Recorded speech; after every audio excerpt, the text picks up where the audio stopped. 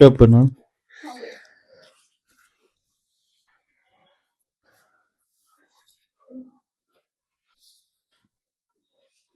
NCERT है class 12th polity. दो ध्रुवीयता का अंत।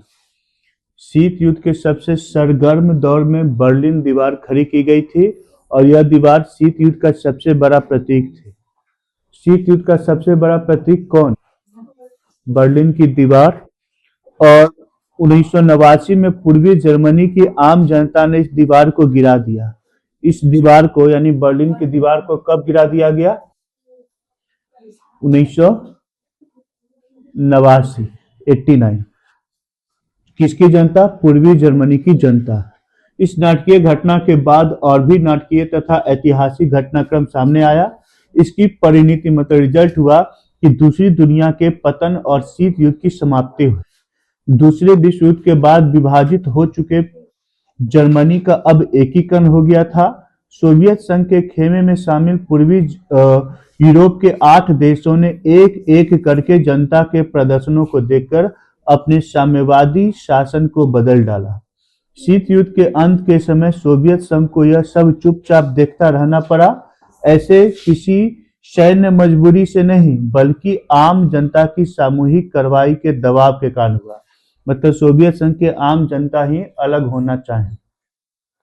अंत में स्वयं सोवियत संघ का विघटन हो गया। इस अध्याय में हम दूसरी दुनिया के विघटन के आशय, कारण और परिणामों के बारे में चर्चा करेंगे। हम यह भी चर्चा करेंगे कि सोवियत शासन के पतन के बाद दुनिया के इस हिस्से में क्या हुआ और अब इस देशों से भारत के रिश्ते कैसे हैं। मतलब सोवियत संघ विघटन हो गया है तो उन देशों से रिश्ते भारत के कैसे हैं, अच्छे हैं या बुरे हैं। तो बर्लिन की दीवार पूंजीवादी दुनिया और साम्यवादी दुनिया के बीच विभाजन का प्रतीक था। मतलब बर्लिन की दीवार था तो पूंजीवादी दुनिया मतलब जिसको वो अमेरिका लोग सपोर्ट करता था। मतलब वहां पे पूंजीवादी मतलब प्राइवेट चीजें ज्यादा हो और साम्यवादी मतलब सरकारी चीजें ज्यादा, दोनों की विचारधारा था। सोवियत संघ की विचारधारा था साम्यवादी और अमेरिका इस सब की विचारधारा था पूंजीवादी। 1961 में बनी यह दीवार, बर्लिन की दीवार कब बनी थी? 1961। इसको गिरा कब दिया गया था? 1989। ठीक है। यह दीवार पश्चिमी बर्लिन से पूर्वी बर्लिन से अलग करती थी। यह दीवार पश्चिमी बर्लिन को पूर्वी बर्लिन से अलग करती थी। 150 किलोमीटर से भी ज्यादा लंबी यह दीवार, 150 से भी ज्यादा लंबी यह दीवार थी। 28 वर्षों तक खड़ी रही और आखिरकार जनता ने इसे 9 नवंबर 1989 को तोड़ दिया।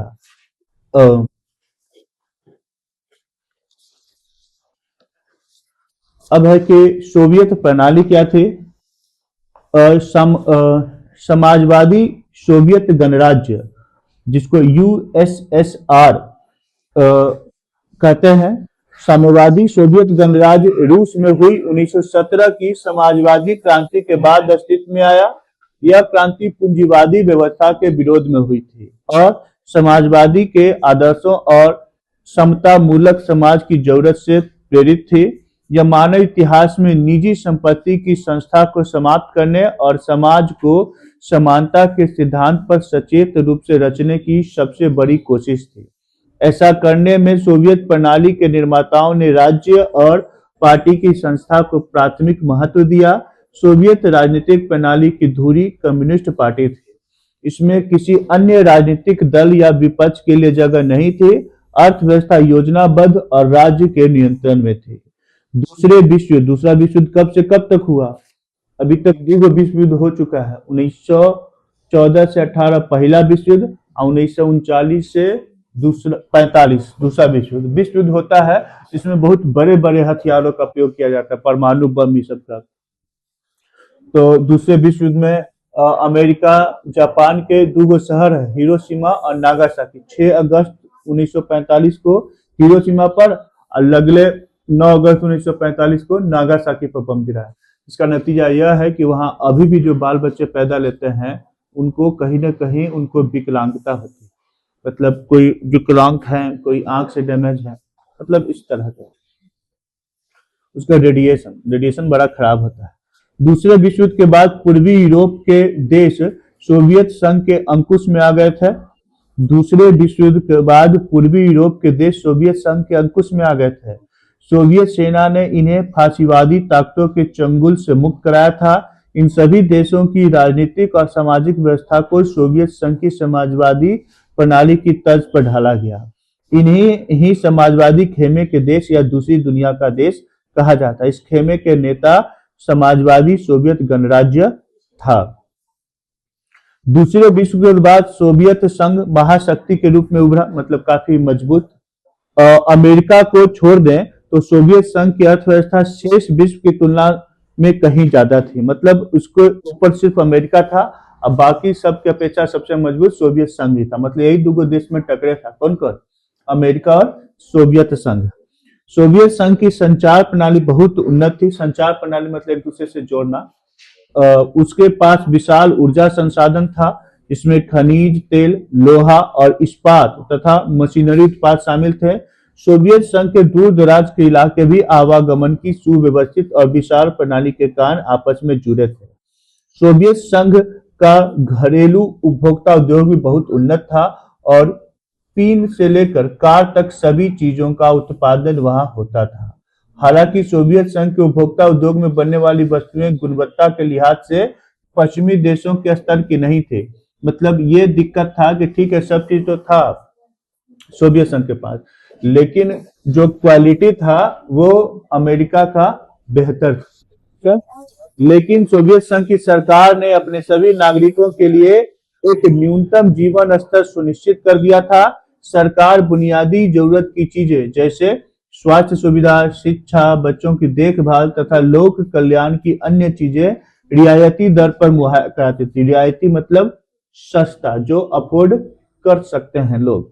बेरोजगारी नहीं थी, मतलब सभी को कुछ न कुछ रोजगार मिला हुआ था, भले कम पैसा मिले लेकिन रोजगार लगभग हर व्यक्ति को था। का प्रमुख रूप से का राज्य का स्वामित्व था तथा भूमि और अन्य उत्पादक संपदाओं पर स्वामित्व होने के अलावा नियंत्रण भी राज्य का था। बहरहाल सोवियत प्रणाली पर नौकरशाही का शिकंजा कसता चला गया। यह प्रणाली सत्तावादी होती गई और नागरिकों का जीवन कठिन होता चला गया। लोकतंत्र और अभिव्यक्ति की आजादी नहीं होने के कारण अपनी असहमति अक्सर चुटकुलों और कार्टूनों में व्यक्त करते थे। सोवियत संघ की अधिकांश संस्थाओं में सुधार की जरूरत थी। सोवियत संघ में एक दल यानी कम्युनिस्ट पार्टी का शासन था। सोवियत संघ में एक ही दल का ज्यादा वर्चस्व था, उसका नाम था कम्युनिस्ट पार्टी, और इस दल का सभी संस्थाओं पर गहरा अंकुश था, मतलब अपने को कंट्रोल में कर लेता सभी संस्था को। यह दल जनता के प्रति जवाबदेह नहीं था, मतलब सही या गलत करे हमको जनता से लेना देना नहीं है। मतलब जवाबदेह मतलब अगर हम कोई गलत करें तो जनता को बताएं कि हम ये क्यों गलत किया, मिस्टेक को उससे माफी मांगे, लेकिन इसको कोई रिस्पॉन्सिबिलिटी नहीं। जनता ने अपनी संस्कृति और बाकी मामलों की साज संभाल अपने आप करने के लिए 15 गणराज्यों को आपस में मिलाकर सोवियत संघ बनाया था। यानी सोवियत संघ के वो गणराज्य मिलकर बना था 15 गो, लेकिन पार्टी ने जनता की शिक्षा को पहचानने से इनकार कर दिया। हालांकि सोवियत संघ के नक्शे में रूस संघ के 15 गणराज्य में से एक था, लेकिन वास्तव में रूस का हर मामले में प्रभुत्व था। मतलब रूस मिला के तो 15 को था, लेकिन वर्चस्व सबसे ज्यादा रूस का ही था। अन्य क्षेत्रों की जनता अक्सर उपेक्षित और दमित महसूस करती थी, मतलब रूस के ज्यादा वैल्यू था उनको और अन्य देश के लोगों को वैल्यू कम था। हथियारों की होड़ में सोवियत संघ ने समय समय पर अमेरिका की बराबरी की कोशिश की, लेकिन उसे इसकी भारी कीमत चुकानी पड़ी। सोवियत संघ प्रौद्योगिकी और बुनियादी ढांचे जैसे परिवहन ऊर्जा के मामले में पश्चिमी देशों से पीछे था। परिवहन में पश्चिमी देशों से पीछे था, लेकिन सबसे बड़ी बात तो यह थी कि सोवियत संघ अपने नागरिकों को राजनीतिक और आर्थिक आकांक्षाओं को पूरी नहीं कर सका। सोवियत संघ ने 1979 में अफगानिस्तान में हस्तक्षेप किया। इससे सोवियत संघ की व्यवस्था और भी कमजोर हुई। कब हस्तक्षेप किया? अफगानिस्तान में 1979 में। हालांकि सोवियत संघ के लोगों का पारिश्रमिक लगातार बढ़ा, लेकिन उत्पादकता और प्रौद्योगिकी के मामले में वह पश्चिमी देशों से बहुत पीछे छूट गया। इस तरह इससे हर तरह की भोक्ता वस्तु की कमी हो गई। खाद्यान्न का आयात साल दर साल बढ़ता गया। आयात मतलब कहीं बाहरी देशों से हम लोग मंगाते हैं, उसको हम लोग बोलते हैं आयात। 1970 के दशक के अंतिम वर्षों में यह व्यवस्था लड़खड़ा रही थी और अंततः ठहर सी गई। अब है कि गोर्बाचेव और सोवियत संघ का विघटन। मिखाइल गोर्बाचोव ने इस व्यवस्था को सुधारना चाहा। वे 1980 के दशक के मध्य में सोवियत संघ की कम्युनिस्ट पार्टी के महासचिव बने। 1980 के दशक में कम्युनिस्ट पार्टी के महासचिव बने कौन? Gorbachev, Mikhail Gorbachev. पश्चिम के देशों में सूचना और प्रौद्योगिकी के क्षेत्र में क्रांति हो रही थी और सोवियत संघ को इसकी बराबरी में लाने के लिए सुधार जरूरी हो गए थे। गोर्बाचोव ने पश्चिम के देशों के साथ संबंधों को सामान्य बनाने, सोवियत संघ को लोकतांत्रिक रूप देने और वहां सुधार करने का फैसला किया। इस फैसले की कुछ ऐसी भी परिणतियां रही जिसका किसी को कोई अंदाजा नहीं था। पूर्वी यूरोप के देश सोवियत खेमे के हिस्से थे। इन देशों की जनता ने अपने सरकारों और सोवियत नियंत्रण का विरोध करना शुरू किया। गोर्बाचेव के शक रहते सोवियत संघ ने ऐसी गड़बड़ियों में उस तरह का हस्तक्षेप नहीं किया जैसा अतीत में होता था। पूर्वी यूरोप की साम्यवादी सरकार एक के बाद एक गिर गई। सोवियत संघ के बाहर हो रहे इन परिवर्तनों के साथ साथ अंदर भी संकट गहराता जा रहा था और इससे सोवियत संघ के विघटन की गति और तेज हुई।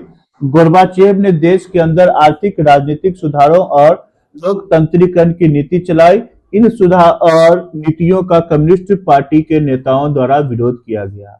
1991 में एक तख्ता पलट भी हुआ। कम्युनिस्ट पार्टी से जुड़े गर्मपंथी ने इसे बढ़ावा दिया था।